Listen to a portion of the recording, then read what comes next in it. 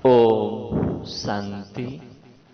आज 18 जून 2021 आज के मुरली में बाबा ने कहा, बाप आए हैं तुम बच्चों की खिदमत करने। तुम भी बाप समान बनो, सबकी खिदमत बस सेवा करो। पवित्र बनना और बाप को याद करना ही सबसे बड़ा खिदमत है। तुम बच्चों को ख्याल चलना चाहिए, उठते बैठते चलते फिरते, कि हम कैसे पतित दुनिया को पावन बनाए। फिर बाबा ने कहा, मीठे बच्चे तत्वतम, तुम भी शांत स्वरूप हो। मैं शांति का सागर हूँ और तुम शांत स्वरूप हो। मैं पतित पावन हूँ और तुम भी मास्टर पतित पावनी हो। मैं ज्ञान सागर हूँ, तुम मास्टर ज्ञान सागर हो। ऐसे और कोई कह नहीं सकेंगे। जैसे बाप वैसे बच्चे ना। बाप कहते हैं, जब मैं देखता हूँ कि हमारे बच्चे दुखी हो गए हैं, जरूर तरस पड़ता है ना। मैं रहम दिल हूँ ना, तो मैं आकर तुम बच्चों को बेहद का बरसा देता हूँ, अपना परिचय देता हूँ। मैं जो बेहद का बरसा देता हूँ, राज्य भाग्य देता हूँ, यह कोई भी छीन नहीं सकता। तो जरूर बाप को और वर्षा को याद करना चाहिए ना। तुम आत्मा ही सर्वोत्तम हो, क्योंकि तुम अब ब्राह्मण हो। ऊंचे ते ऊंच ब्राह्मण का ही गायन है ना। अभी तुम बाजोली का खेल खेल रहे हो। शूद्र से ब्राह्मण, फिर ब्राह्मण से देवता, फिर क्षत्रिय, फिर वैश्य, फिर शूद्र बनते हो।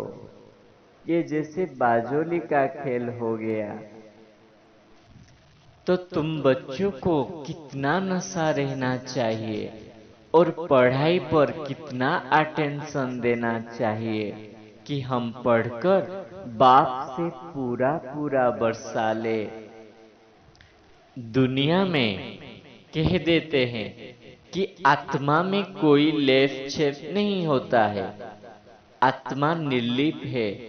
लेकिन बाप कहते हैं, वास्तव में आत्मा में ही खाद पड़ती है और किसी को पता ही नहीं है। वास्तव में आत्मा की ही सफाई चाहिए। आत्मा को पावन बनाने वाला एक ही बाप है। बाप के सिवाय और कोई पवित्र बना नहीं सकता। बाप को याद करो और पवित्र रहो। बाप को याद करना कितना सहज है। जैसे देखो, गाय के बच्चे को जब माँ याद आती है तो कितना चिल्लाती है ना। तो तुम बच्चों को भी अंदर तड़पन होनी चाहिए। बाप को बहुत याद करना चाहिए। बाप कितना मीठा है। तुम ही सच्चे सच्चे साल्वेशन आदमी हो, क्योंकि तुम बाप के अभी मददगार बने हो नई दुनिया को लाने में। ये पुरानी दुनिया तो विनाश हुई ही पड़ी है। ये जो बम्स आदि इन्वेंट्स हुए हैं, ये क्या रखने के लिए? ये सब यूज होगा। सारी दुनिया का विनाश होना ही है। लेकिन ये जो भारत है, ये अविनाशी खंड है। ये बाप की जन्मभूमि कर्म भूमि है। लेकिन बाप कब जन्म लेते हैं, बाप का जन्म भी कितना दिव्य अलौकिक है। मैं पुनर्जन्म में नहीं आता हूँ, मैं तो पर काया में प्रवेश करता हूँ तुम बच्चों को ज्ञान देने के लिए। मैं कभी जन्म मरण चक्र में नहीं आता हूँ। मेरा जन्म का तिथि तारीख किसी को भी पता नहीं है। मेरा जन्म पत्री कोई निकाल नहीं सकता। ये ब्रह्मा को भी पता नहीं है मैं कब आता हूँ। फिर ब्रह्मा बाबा और शिव बाबा आपस में रूह रिहान कर रहे हैं, चिटचाट कर रहे हैं। तो ब्रह्मा बाप को बहुत विचार चलता है कि इतने सारे बच्चे कहाँ रहेंगे, कब आएंगे, विश्व परिवर्तन कब होगा। तो शिव बाबा ब्रह्मा बाबा को धीरज देते हैं, कहते हैं बच्चे वेट एंड सी। कल्प पहले जैसे बच्चों ने बाप से ज्ञान लिया था, वर्षा लिया था, वैसे ही वर्षा लेंगे। और ये जो मकान कल्प पहले बना था वो फिर से बनेगा। तुम फिकर मत करो, सिर्फ मनमाना भव स्थिति में रहो। कर्मातीत अवस्था को प्राप्त करने की ख्याल चलाओ।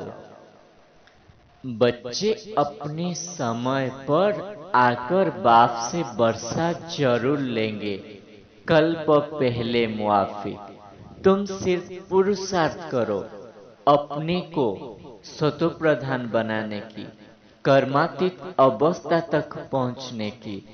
फिर बाबा ने वरदान में कहा, साक्षात्कार मूर्त कौन बनेंगे?